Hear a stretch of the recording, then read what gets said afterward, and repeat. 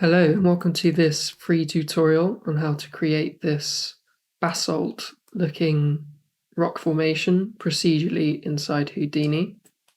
We will be using labs tools such as the triplanar displace tool, which allows us to create some interesting rock shapes, and I'll be showing you how to modify it to prevent getting any artifacts in the edges. We'll also be looking at how to generate this base shape that we're using to apply these procedural textures to. Using just a few nodes doesn't require much to produce this procedurally, and we are able to very quickly randomize the formations. We will also be looking at how to use Bridge by Quixel. I'll show you how we can quickly get that set up and running with Houdini so that we can very quickly apply these seamless procedural textures to any model we want without having to do any UVs, which obviously makes this type of workflow really useful because it's very fast and it means that we can iterate quickly. Let's jump right into it. All right, starting with an empty scene. I'm going to drop down the geo container and name this basalt. I'm going to drop down the grid, and as you can see, I have my wireframe enabled, which you can enable here, or you can use Shift W, turn it off and on. I'm going to keep it on so I know what I'm working with. In the grid, we are going to remove the rows and the columns down to 2. Then we are going to use a scatter node to drop down some points randomly on the grid. And then we are going to use a Voronoi fracture, which takes in geometry to fracture our grid, and then it also takes in some points for the cells. Visualize that. You can see where there is a point, it has used it as the center of a cell to create these really interesting shapes, which you see all over nature, particularly with basalt. So to make this a bit more interesting, we are going to be using a noise on the grid to make sure that the points aren't so uniformly distributed, to hopefully get some bigger shapes and some smaller shapes. So I'm going to use a subdivide to give us some more geometry to work with, something like 5 and higher, 8. That means that we can then use a node called attribute noise to quickly get some color, which we can then use in our scatter to control our density of where the points are being scattered. If we enable density and put in CD here, then the next thing would be to turn off relax, so we like them bunching up. Then if we visualize this Voronoi fracture, you can see almost immediately we're getting more interesting shapes. I'm going to turn down the amount of points I'm scattering, and I'm going to say that's good for now. We're then going to drop down a node called Color Gradient, which is a labs tool. So if you can't see it, then just make sure you have side effects labs tools updated. So to do that, if you go over to the shelf here, you can then hit Update Toolset and you'll be able to see all these nodes. So this color gradient node, we're going to set axis to X. That gives us a nice ramp from 0 to 1 across the X axis. We are then going to be using this ramp. We're going to remap it to our own custom ramp. We're going to be using this to control the height that we give each of these pieces to create lots of little towers.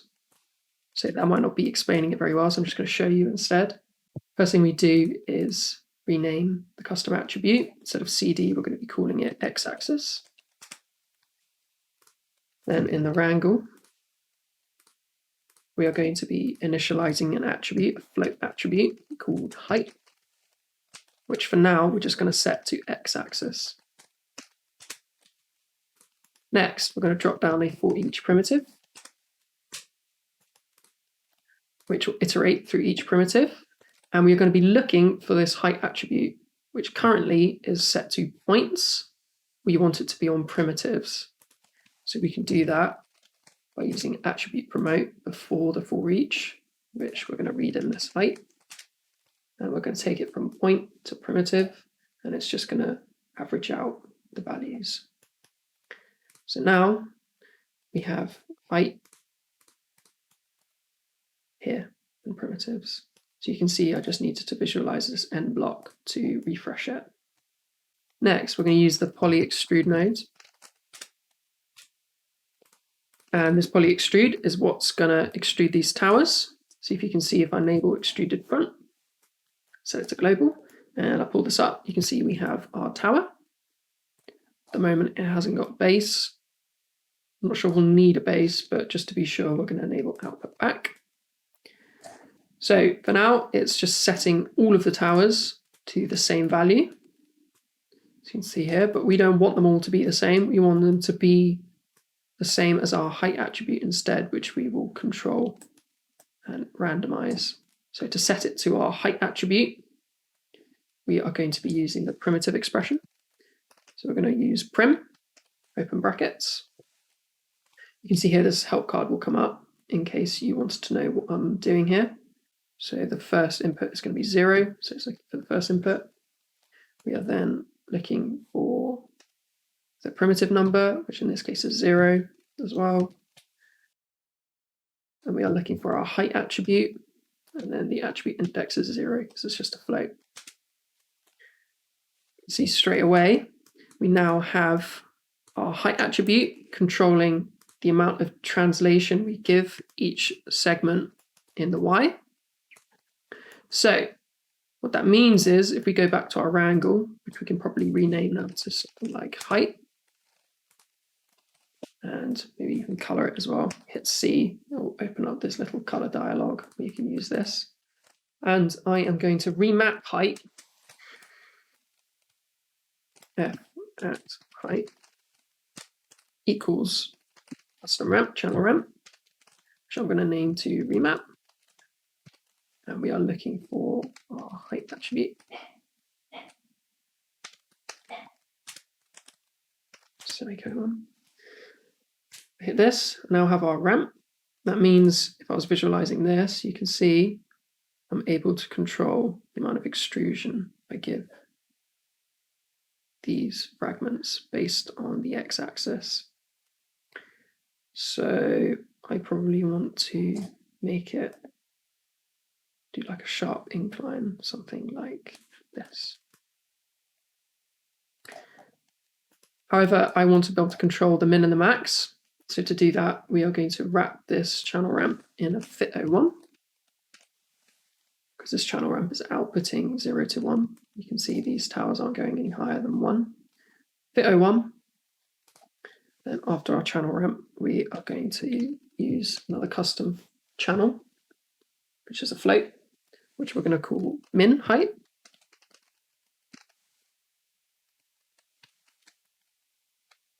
Close that off. And then another channel called max height. And close off the fit. If we hit this, we now have control for the min height and the max height. So you can see I can pull this up now and also make sure that even the bottom ones have a bit of height added to them. There you have it. That is a very basic setup. Straight away though, I am immediately seeing how these could all benefit from some randomization. So to do that, we are going to be using the rand function to slightly offset this height.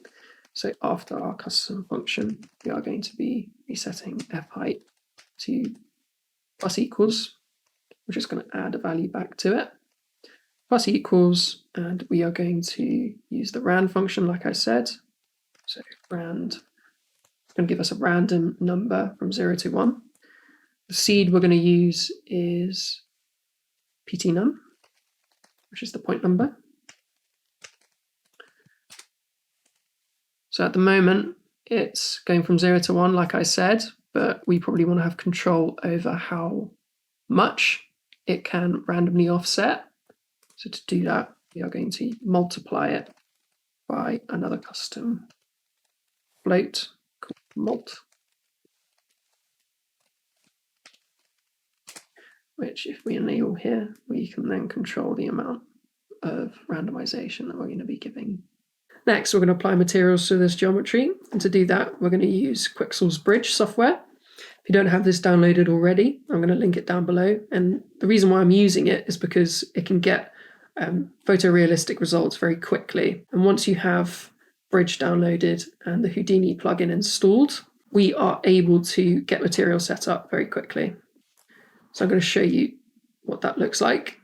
So like I said, I already have the Megascans plugin installed. I'm going to get it running, and you may have a blank UI. If that's the case, like I did, all you need to do is make a few changes to some of the Python scripts that you have within your Megascans folder structure. And this thread outlines how you can quickly make the changes necessary to get the UI working again. Hopefully they fix this problem soon, but I'll link this down below just in case you have the same issue as me. So now that we have the plugin running, I'm just going to switch the material type to triplanar. And I'm just going to minimize that.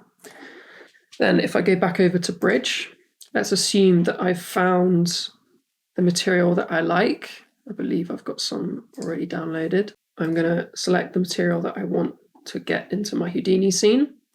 I'm going to use Icelandic rock glyph for now. And I'm just going to hit export. Exported successfully. And if you navigate over to the material section, you can see that it has set up the triplanar mantra shader for us. So if you view this Quixel node that it's created, you can see all the texture files have been put into the correct sections and are being fed into this principled shader. So let's see what this looks like out the box. To do that, I'm just going to set up this scene ready for rendering.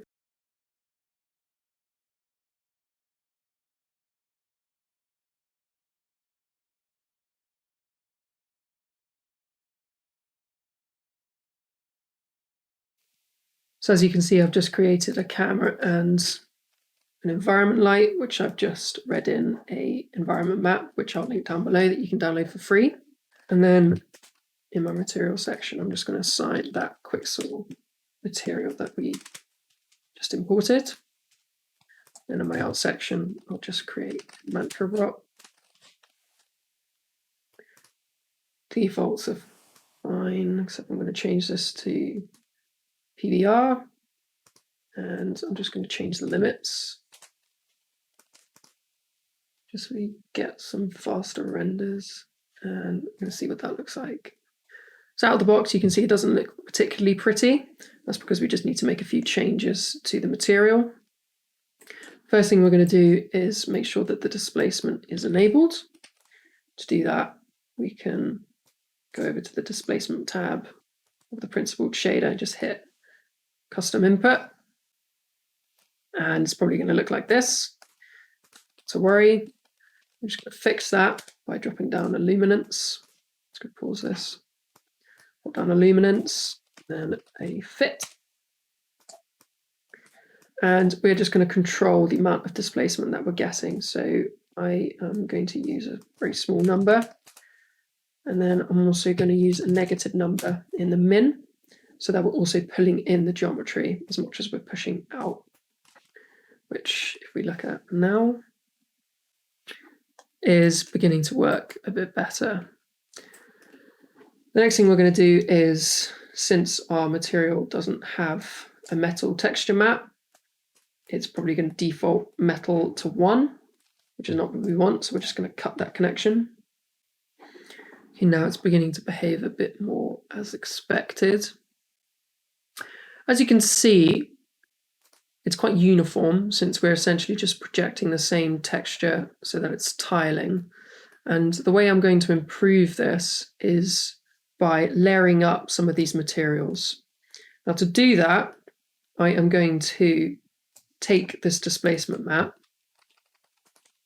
and then I'm going to go back over to my geometry. And I am going to apply this displacement map to the geometry before we apply another material at render time. And this is just because I want to make the render look a bit more interesting at the end, and I found a good way of doing this just by layering up as many materials as you see fit. So the first thing we're going to do is we are going to give ourselves some more topology to work with. So we are going to use a really useful node called voxel mesh. So we're just going to increase the resolution.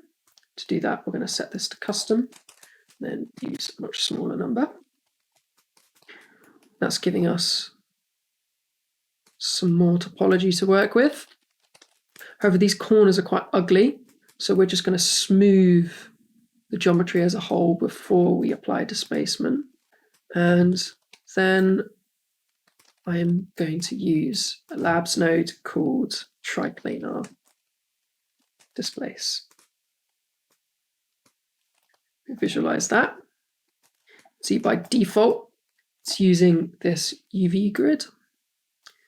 We don't have much topology to work with at the moment, so it's not particularly pretty output. So to help it, we're just going to do a subdivide just before the displacement, just to give us some more geometry. All right, so now we're going to paste in that displacement map that we had downloaded.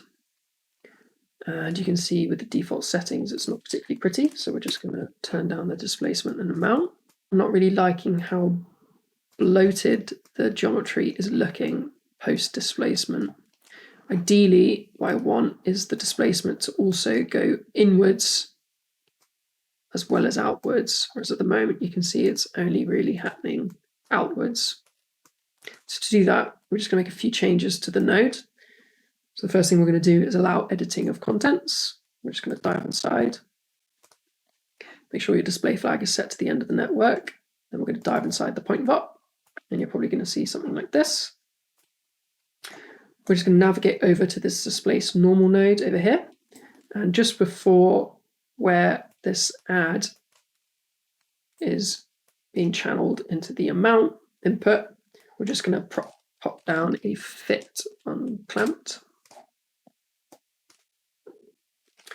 And then in the destination min, we're just going to hit -1 on all the values. So as you can see now, the geometry is also being pulled in, which kind of creates a bit more of a sharper look, which is ideal for rock. So if we go back up,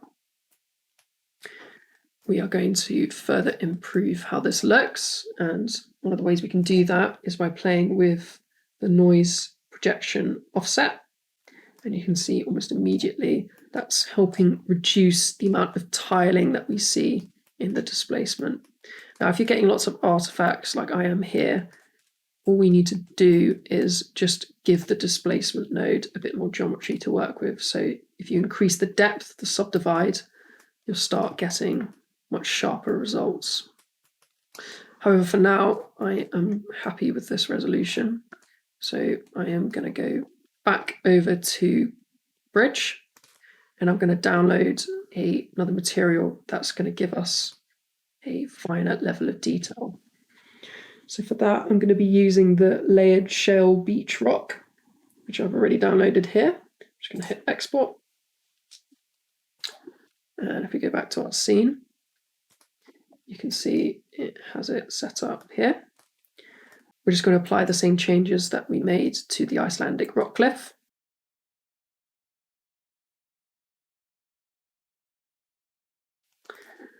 Then if we go back to object level, we can change the material to the shell rock. And now if we hit render. So this is the final result. I've just changed a few things. You could definitely play around with these until you end up with the result that you want. One of them being inside the Mantra triplanar Quixel node is the uniform scale. That essentially controls the amount that you tile a texture. So if we wanted some finer details, then I would increase this number like I have here too. I've also used a power node in the albedo and in the roughness, and that is essentially just giving me a bit more contrast in the texture maps. So you can see I've set it to 1.2 here, and in the roughness I've set it to 2, so I've cranked it quite high. And then for the reflect, by default, this is probably set to 1. However, I thought it'd be good to use the roughness map that we've got. So I've put down a ramp just after the power coming from the roughness, and I have inverted it and also just cranked up the one input so that it's towards the end of the scale. And that's it. I hope you found this tutorial useful. Thank you for watching.